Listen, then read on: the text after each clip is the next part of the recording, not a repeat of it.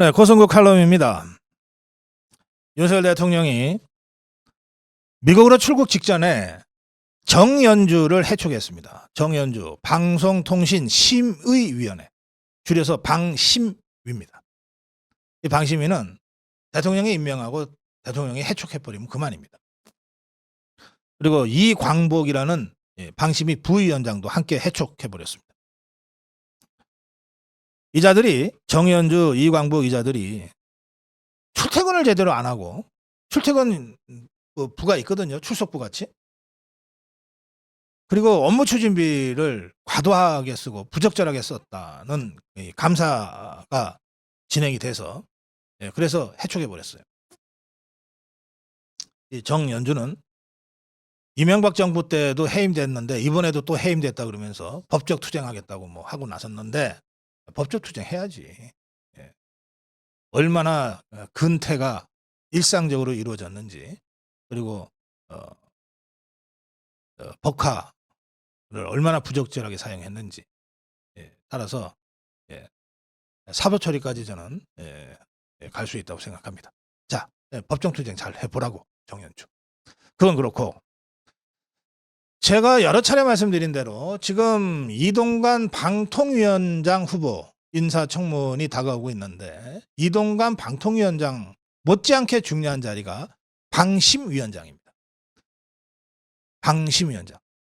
이게 우리가, 여러분들이 KBS건 정편이건 라디오건, 이건 이렇게 우리가 불공평하고 불공정하게 일방적으로 저 종북 주사파한테 유리하게 패널이 구성이 되고, 이게 말이 되냐라고 할 때 그 대부분의 내용은 그 방송통신의 컨텐츠를 가지고 얘기하는 겁니다.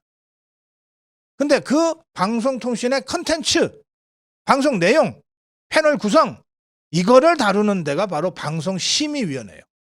방송통신심의위원회, 줄여서 방심위. 그러니까 이 절대적으로 불리하게 기울어진 방송통신 지형에서 우리 자유우파가 종북 주사파들이 장악한 저 방송통신을 내용적으로 바로잡기 위한 주 전장터는 방심위라는 겁니다. 주 전장터가. 그래서 이번에 윤석열 대통령이 정영주, 이광복이 이런 아주 뼛속까지 종북 주사파들을 해촉해버리고 자른 거죠. 미국을 간 것은 너무나 잘한 결정이었다, 이렇게 평가하면서, 동시에 이 방심위에 그러면 누군가 방심위원장과 부위원장과 새로운 방심위원들이 제대로 된 사람들이 들어가서 우리 이 자유파의 목소리를 제대로 내면서 방송통신의 컨텐츠의 중립성과 독립성, 그리고 균형 감각을 바로 세우는데 역할을 해야 되겠다, 이렇게 일단 말씀을 드려놓겠습니다. 자, 그와 별도로 제가 어제 제보 받은 게 있습니다. 일본의 도쿄에 사시는 우리 고성국 TV의 아주 열혈 애청자시고 우리 자유파 활동가 시민이세요. 이분이 어제 그저께, 일본이니까 이제 후지 TV를 그냥 틀어놓고 보는데 4시 10분 20분경에 그 정식 뉴스 시간에 갑자기 윤석열 대통령이 대통령 집무실을 용산으로 옮기고 대통령 관저를 어디로 옮기고 하는 과정에 역술인, 무속인의 배경 역할이 있었다는 식의 보도가 나와서 깜짝 놀랐다는 거예요. 아니, 이게 언제적 얘기인데, 더구나 가짜뉴스인데 왜 이걸 후지TV에서 하지? 그랬는데 이어지는 기사 때문에 정말 경악했다는 거예요. 윤석열 대통령을 쭉 얘기하다가 갑자기 6년 전에 박근혜 대통령도 이 역술인 어쩌고 저쩌고 하는 걸 바람에 감옥에 갔다, 탄핵당했다는 기사까지 오면서 이게 한국발 뉴스로 다뤄지더라는 거예요. 그래서 너무너무 분하고 걱정돼서, 아니 도대체 한국 정부는 뭐 하고 있습니까? 일본에서 이런 방송이 정규 뉴스 시간에 버젓이 나오고 있는 이 상황에 왜 이걸 그냥 놔둡니까? 라고 막 분해서, 근데 어디다가 호소할 수 어디다가 이걸 얘기해야 될지 몰라서 저희 고성구 TV로 전화를 하셨던 거예요. 고성범 본부장이 받았습니다. 제가 그걸 보면서 여러 가지 생각을 하게 됐는데, 첫째, 대통령실에는 또 우리 정부의 문체부나 또는 당에는 분명히 언론 모니터하는 기능과 역할이 있습니다. 해외 언론 파트가 따로 있어요. 해외 언론 비서관 직제가 있을걸요 아마? 그럼 거기서 하게 돼 있어요. 그런데 현실적으로는 쉽지 않을 거예요. 인원이 예산 범위 안에서 짜여지니까 그게 뭐 수천 명을 고용할 수는 없잖아요. 많아봤자 뭐 10명 안팎일 거고. 그럼 그런 사람들이 전 세계에 따지고 보면 수만 개의 채널이 있을 텐데 이걸 어떻게 다 봅니까, 실시간. 국내 언론만 하더라도 인터넷 언론까지 포함하면 미 1000개가 넘는 언론이 있는데 이걸 어떻게 매일매일 보냐고요. 유튜브 포함하면 기하급수적으로 늘 거거든요. 고성국 TV인들 이분들이 실시간으로 내내 어떻게 들여다보고 있겠어요.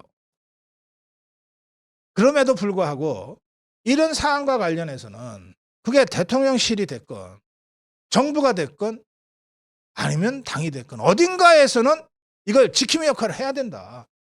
좌파들은 어쨌든 그렇게 해왔단 말이에요. 2012년에 문재인이가 박근혜 대통령한테 지고 난 다음에 왜 졌는지에 대한 패배백서에 그게 나옵니다. 언론 모니터링이 부실해서 언론이 자기들한테 불리하게 기울어져 있는 것을 방치한 결과다. 그래서 그 대선 패배백서의 내용대로 그 후에 더불어민주당 국회의원이 한 40~50명 정도가 모니터 요원으로 활동을 합니다. 한 2년, 3년 가까이. 그 정도의 처절함을 가지고 저것들이 덤벼들었던 거예요. 그래서 박근혜 대통령 탄핵시키고 쫓아내고 감옥 보내고 정권 탈취에 성공했던 겁니다. 그러면 저는 이 문제가 안에서는 제1차적으로 그거야말로 우리가 해야 될 일이야라고 달려들어야 되는 곳이 어디냐. 국민의힘이라고 생각해요. 공중전의 주체가 국민의힘이지. 그래서 제가 국민의힘 어려운 거 알겠어요. 이걸 하기 위한 전문 요원 실제로 월급 주고 고용하려고 그러면 당도 재정이 빤한데 뭐 몇 명을 해보겠어요. 이런 모니터링에서부터 공중전, 여론전, 진지전이 시작된다는 문제 제기를 저는 정말 여러 수천 번을 한 것 같아요. 당 지도부 바뀔 때마다 방송을 통해서 개인적으로 만나서 모니터링부터 좀 해라 제발. 무슨 일이 언론 상황에서 무슨 일이 SNS상에서 벌어지고 있는지는 알아야 싸움을 할 것 아니냐. 그렇게 목이 터져라 했는데 당 차원에서 언론 모니터링을 당 차원에서 뭔가 하여튼 했던 때가 언제냐면 임명진 비대위원장 시절입니다. 그때 시작됐어요.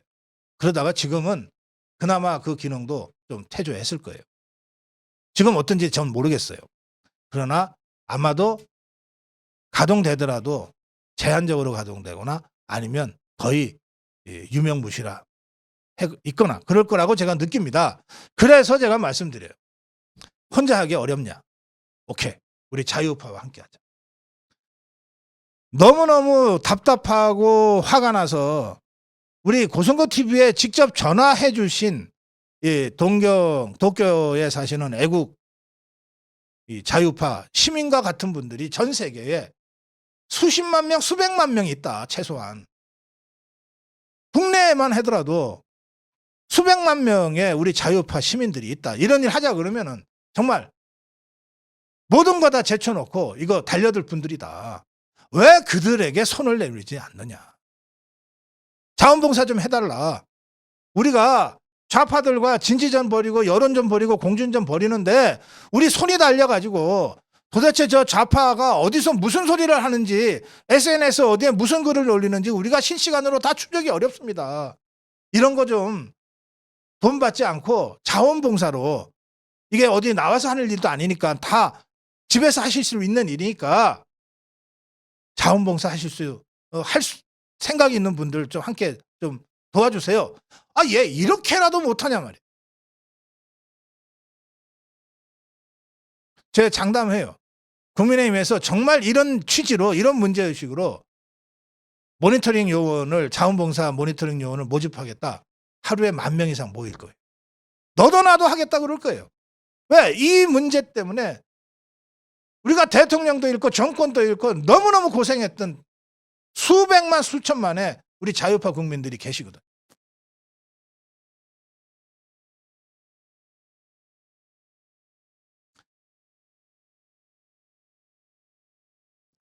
한 가지만 더 말씀드릴게요. 이걸 할 때 지난 5년간 종북 주사파 정권 때 만들어졌던 그 말도 안 되고 폐륜적인 반국가적인 이런 각종 영상들에 대해서도 전면적으로 모니터링을 다시 하자. 요즘은 이게 SNS 시대가 돼서 5년 전 KBS에서 방송된 어느 프로그램도 지금 어딘가 SNS상에 현재 진행형으로 남아있어요. 다 링크가 돼 있어요. 그러니까 지난 거는 놔두고 지금부터 하자가 아니고 적어도 문재인 정권 5년 동안 KBS, MBC 각종 종편 라디오 시사를 통해서 또는 역사 다큐 무슨 교양이라고 위장한 종북 주사파들의 영상들에 대한 전면적인 모니터링을 지금부터 시작하자.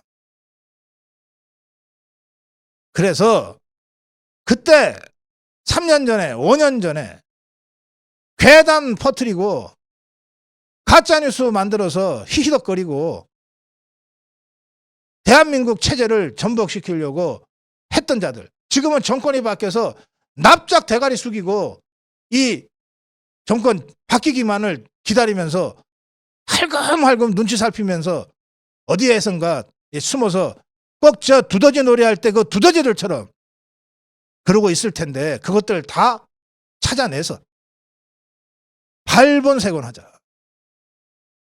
광우병 때 햇소리 했던 것들 언제 어디서 어떤 햇소리를 했는지 영상 찾아내서 모니터링 하자. 그런 것들 잊어버리면 안 된다.